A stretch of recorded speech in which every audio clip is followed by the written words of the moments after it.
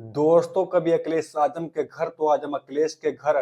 सपा प्रमुख और सपा संस्थापक की यह 1 महीने में दूसरी मुलाकात है। लेकिन इस मुलाकात और पिछली मुलाकात में जमीन आसमान का फर्क है। जहां आजम और अखिलेश की पहली मुलाकात शिकवा शिकायतों को लेकर थी, तो वहीं आज की मुलाकात सियासी रणनीति और महत्वाकांक्षा को लेकर बताई जा रही है। ऐसा इसलिए क्योंकि पहली मुलाकात की तरह इस मीटिंग में सिर्फ आजम और अखिलेश नहीं, बल्कि आजम खान के बेटे अब्दुल्ला आजम खान भी मौजूद थे। अब्दुल्ला की मौजूदगी यह साफ करती है कि आज की मुलाकात सिर्फ आजम खान के सम्मान की नहीं, बल्कि यह आजम खान की सियासी विरासत को भी 2027 के नक्शे पर फिट करने की है। माना जा रहा है कि आजम खान सिर्फ अपने लिए नहीं, बल्कि अपनी आने वाली पीढ़ी के लिए भी सपा में मजबूत हिस्सेदारी चाहते हैं।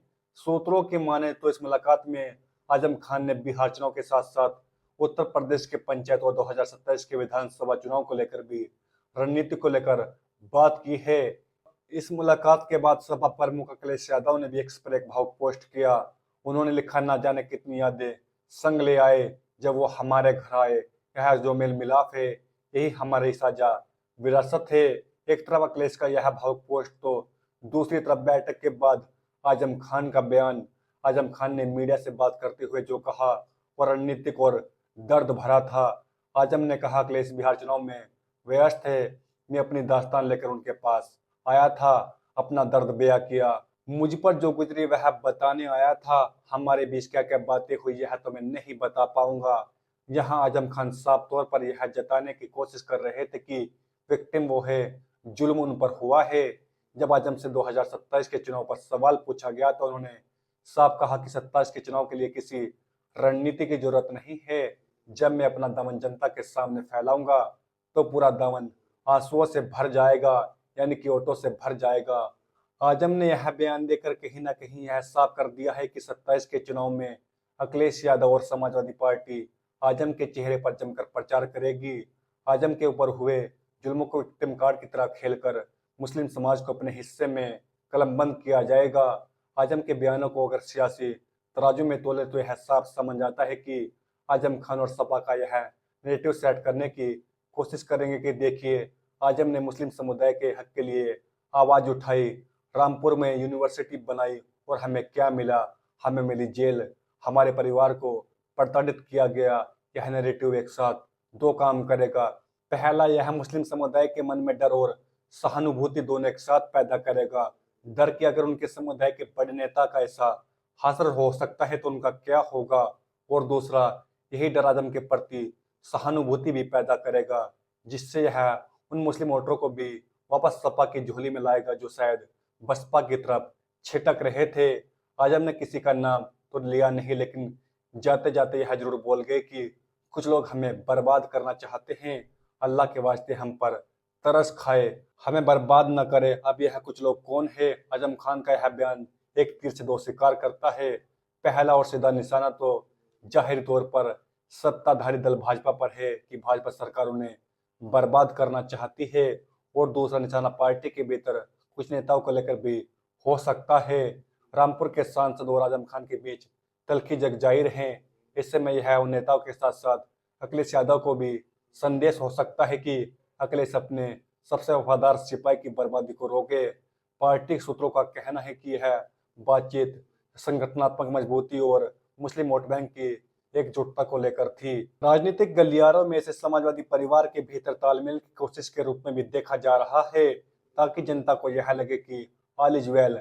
सपा के एक प्रवक्ता ने कहा, यह सामान्य गुफ्तगू है। आजम खान साहब का अनुभव चुनावी रणनीति में अमूल्य है, लेकिन पार्टी के प्रवक्ता भले ही इसे सियासी सामान्य गुफ्तगू कहे, यह सामान्य बिल्कुल नहीं है। सवाल यह है कि ऑल इज वेल जो मैसेज दिया जा रहा है भाई, उसकी जरूरत क्यों पड़ी? जरूरत इसलिए पड़ी क्योंकि ऑल इज वेल था ही नहीं। यह मुस्लिम यादव गठजोड़ जो सपा की रीढ़ की हड्डी है, उसमें मुस्लिम फैक्टर कमजोर पड़ गया था। यादव तो अखिलेश यादव के साथ थे, लेकिन मुस्लिम खुद को लीडरलेस महसूस कर रहे थे। और इसीलिए आजम और अखिलेश की मुलाकात हुई है, क्योंकि पश्चिमी यूपी यानी रामपुर, मुरादाबाद, संभल, अमरोहा, शामली, मुजफ्फरनगर, बिजनौर, यहाँ आजम खान का गढ़ है, जहाँ पर 60 से ज्यादा सीटें हैं, मुस्लिम मतदाता हैं। निर्णायक भूमिका में हैं। आजम खान की वापसी का मतलब है इन सभी सीटों पर सपा के संगठन को फिर से जिंदा करना। आजम खान का वह अनुभव जिसकी बात प्रवक्ता कर रहे थे, वो सिर्फ भाषण देना नहीं है, वो बूथ मैनेजमेंट का अनुभव है जो सपा के एडर लड़ाई को लड़ने के लिए तैयार करता है।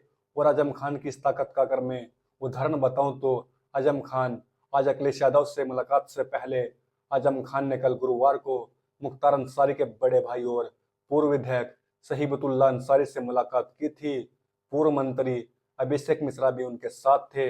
यह कोई छोटी मुलाकात नहीं थी। आजम खान पश्चिमी यूपी में मुस्लिम नेतृत्व का प्रतिनिधित्व करते हैं, जबकि अंसारी परिवार की पूर्वांचल में मजबूत पकड़ है।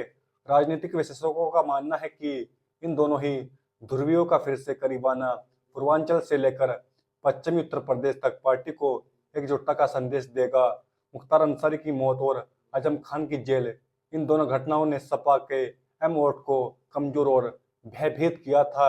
ऐसे में आजम खान का पहले सिबतुल्लाह अंसारी से मिलना और फिर अगले ही दिन अखिलेश यादव से मिलना यह सीधा संदेश है कि पश्चिमी यूपी से लेकर पूर्वी यूपी तक मुस्लिम नेतृत्व एकजुट है और वह अखिलेश यादव के नेतृत्व में समाजवादी पार्टी के साथ खड़ा है।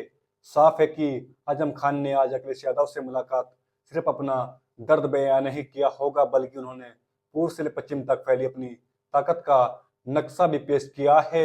अब देखते हैं आजम खान के लिए यह इलेक्शन कैसा रहता है। क्या आजम खान के चेहरे पर 27 का चुनाव लड़ेगी समाजवादी पार्टी और क्या फायदा होने वाला है, और क्या आजम खान बिहार इलेक्शन में भी जाएंगे। हालांकि वह अभी नकार रहे हैं। उन्होंने कहा है बिहार में जंगल राज है और ऐसे में वह बिहार में कैसे जा सकते हैं। फिलहाल हमारे साथ इस खबर में इतना ही।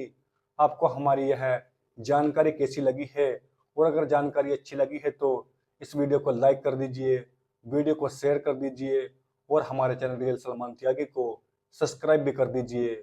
और आजम खान पर आप क्या सोचते हैं इस वीडियो में कमेंट भी कर दीजिए।